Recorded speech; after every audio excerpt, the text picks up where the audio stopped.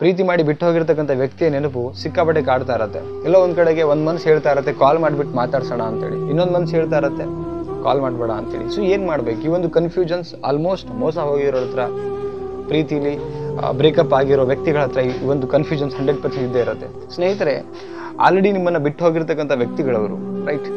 So ಅವರಿಗೆ ನೀವು ಕಾಲ್ ಮಾಡಿದ್ರೆ ಮತ್ತೆ ಪುನಃ ಏನು ಸಿಗೋಕ್ಕೆ ಸಾಧ್ಯ ನಿಮಗೆ? ಒಂದು ಪ್ರೀತಿಯ ರಿಯಾಲಿಟಿ ಅರ್ಥ ಮಾಡ್ಕೊಳ್ಳೋಣ. ಸೊ ಅದಾದಮೇಲೆ ಅವ್ರಿಗೆ ಕಾಲ್ ಮಾಡಬೇಕಾ ಕಾಲ್ ಮಾಡಬಾರ್ದ, ಈ ಒಂದು ಸತ್ಯನ ನಮಗೆ ತಿಳಿತಾ ಹೋಗುತ್ತೆ. ಫಸ್ಟ್ ಆಫ್ ಆಲ್ ನೋಡಿ, ಪ್ರೀತಿ ಇದು ಪರಸ್ಪರ ಆಗುವಂಥದ್ದು. ಆ್ಯಂಡ್ ಯಾರಿಗೆ ನಾವು ಪ್ರೀತಿ ಮಾಡಿರ್ತೀವಿ, ಯಾರೊಟ್ಟಿಗೆ ಪ್ರೀತಿ ಆಗಿರುತ್ತೆ, ಆ ವ್ಯಕ್ತಿಗಳು ನಮ್ಮನ್ನು ಮೋಸ ಮಾಡ್ತಿರ್ಲಿಲ್ಲ ನಿಜವಾದ ಪ್ರೀತಿ ಆಗಿದ್ದಿದ್ರೆ. ಸೊ ಆಲ್ರೆಡಿ ಮೋಸ ಮಾಡಿಬಿಟ್ಟು ಬೇರೆಯವ್ರೊಟ್ಟಿಗೆ ಚೆನ್ನಾಗಿರ್ಬೇಕಾದ್ರೆ ಅವ್ರು ನಮ್ಮ ಭಾವನೆಗಳನ್ನು ಸಾಯಿಸಿ ಹೋಗಿರ್ತಾರೆ, ನಮ್ಮ ಕನಸುಗಳನ್ನು ಸಾಯಿಸಿ ಹೋಗಿರ್ತಾರೆ, ರೈಟ್? ಆ್ಯಂಡ್ ಅದೆಲ್ಲದಕ್ಕಿಂತ ಹೆಚ್ಚಾಗಿ ನಮ್ಮ ಬದುಕಿನ ಅಷ್ಟು ಒಳ್ಳೆ ಸಮಯವನ್ನು ಹಾಳು ಮಾಡಿ ಹೋಗಿರ್ತಾರೆ, ರೈಟ್?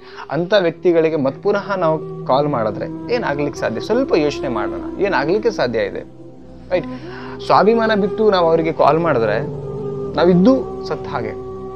ಮನುಷ್ಯನಿಗೆ ಸ್ವಾಭಿಮಾನ ತುಂಬ ಇಂಪಾರ್ಟೆಂಟ್ ಆಗುತ್ತೆ. ಸೊ ಆ ಕಾರಣಕ್ಕೆ ಯಾವ ಪ್ರೀತಿಯಿಂದ ನಮ್ಮ ಬದುಕಿನ ಒಳ್ಳೆಯ ಕ್ಷಣಗಳು ಹಾಳಾಯಿತು, ಆಮೇಲೆ ಸಮಯ ಹಾಳಾಯಿತು, ರೈಟ್? ಆ್ಯಂಡ್ ನಮ್ಮ ಕನಸು ಪರ್ಸನಲ್ ಲೈಫ್ಸ್ ಅಂತ ಇರುತ್ತೆ ನೋಡಿ. ನಮಗೊಂದು ಕನಸಿತ್ತು, ಏನೋ ಆಗ್ಬೇಕು ಲೈಫಲ್ಲೇ ಅಂತ, ಡ್ರೀಮ್ಸ್, ಪರ್ಸನಲ್ ಡ್ರೀಮ್ಸ್ ಅಂತ ಇರುತ್ತೆ, ಆಸೆ ಕನಸುಗಳು ಅಂತ ಇತ್ತು. ಅದೆಲ್ಲನೂ ಕೂಡ ಎಲ್ಲ ಹೊರಟಿದ್ವಿ, ಯಾರೋ ಪ್ರೀತಿ ಅಂತ ಬಂದರು, ಅದು ಪ್ರೀತಿಸೋ ನೆಪ, ನಿಜವಾದ ಪ್ರೀತಿ ಅಲ್ಲ. ಅಂಥ ವ್ಯಕ್ತಿಗಳು ನಮ್ಮ ಮಧ್ಯೆ ಬಂದರು, ಬ್ರೇಕಪ್ ಮಾಡಿ ಬೇರೆಯವ್ರೊಟ್ಟಿಗೆ ಚೆನ್ನಾಗಿದ್ದಾರೆ.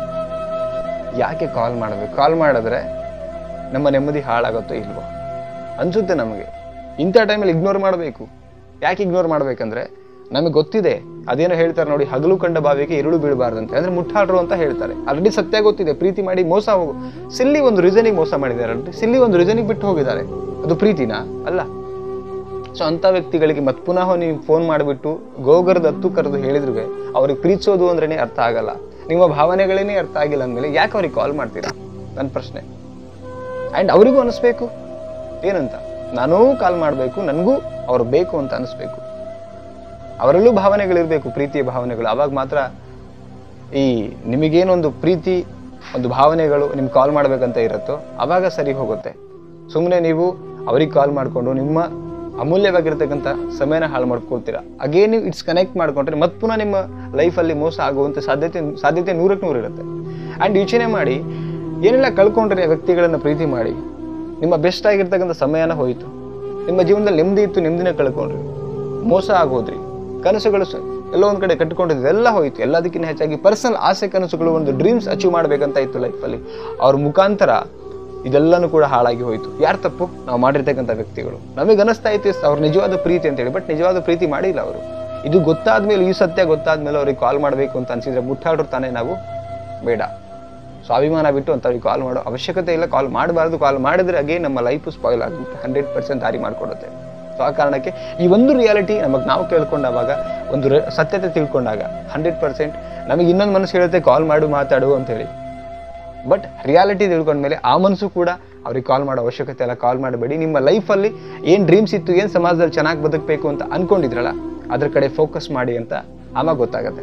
ಸೊ ಆಮೇಲೆ ಗೊತ್ತಾಗಬೇಕು ಅಂತ ಹೇಳಿದ್ರೆ ಈ ಸತ್ಯ ತಿಳ್ಕೊಬೇಕಾಗತ್ತೆ. ನಮ್ಮ ಲೈಫಲ್ಲಿ ನೋಡಿ, ಪ್ರೀತಿ ಸಪೋರ್ಟಿವ್ ಆಗಿರ್ಬೇಕು. ಲೈಫಲ್ಲಿ ನಾವೇನೋ ಅಚೀವ್ ಮಾಡ್ತೀವಿ ಅಂದರೆ ಅದಕ್ಕೆ ಸಪೋರ್ಟಿವ್ ಆಗಿರಬೇಕು. ಆ ಪ್ರೀತಿಯಿಂದ ಬದುಕು ಚೆನ್ನಾಗಿರ್ಬೇಕು. ಆ ಪ್ರೀತಿ ನಿಜವಾದ ಪ್ರೀತಿ, ಜೀವನ ಹಾಳು ಮಾಡುವಂಥದ್ದು ಪ್ರೀತಿ ಅಲ್ಲ. ಆ್ಯಂಡ್ ಪ್ರೀತಿ ಏನು ಅಂತ ಹೇಳಿದ್ರೆ, ಎಲ್ಲ ಇದು ಚೆನ್ನಾಗಿರಲಿ ಅಂತ ಖುಷಿಯಿಂದ ಹಾರೈಸುವಂಥದ್ದೇ ಪ್ರೀತಿ. ಬಟ್ ಇದು ನಾಟಕೀಯವಾಗಿ ಬಂದು ನಿಮ್ಮನ್ನು ಹಾಳು ಮಾಡಿ, ಮನಸ್ಸು ಕಂಪ್ಲೀಟಾಗಿ ಮೋಸ ಹೋಗೋ ಥರ ಮಾಡಿ, ನೆಮ್ಮದಿ ಇಲ್ಲದಂಗೆ ಮಾಡಿ ಹೋಗೋದಕ್ಕೆ ಪ್ರೀತಿ ಅಲ್ಲ ಆ್ಯಕ್ಚುಲಿ. ಸೊ ಅಂಥ ಪ್ರೀತಿಗಳಿಗೆ ದಯವಿಟ್ಟು ಕಾಲ್ ಮಾಡಬೇಡಿ, ಕಾಲ್ ಮಾಡೋ ಅವಶ್ಯಕತೆ ಬೇಡ.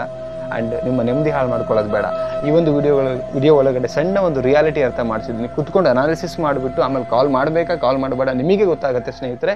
ಈ ಒಂದು ವಿಡಿಯೋ ಅನಿಸಿಕೆ ಬಗ್ಗೆ ನಿಮ್ಮ ಅನಿಸಿಕೆನ ಕಮೆಂಟ್ ಸೆಕ್ಷನಲ್ಲಿ ಕಮೆಂಟ್ ಮಾಡಿ, ವಿಡಿಯೋಗೆ ಸಣ್ಣದಾಗಿ ಲೈಕ್ ಮಾಡಿ. ಆ್ಯಂಡ್ ಇದೇ ಥರದ ಸುಮಾರು ಟಾಪಿಕ್ ಬರೋದು, ಚಾನಲ್ಗೆ ಸಬ್ಸ್ಕ್ರೈಬ್ ಮಾಡ್ಕೊಳ್ಳಿ.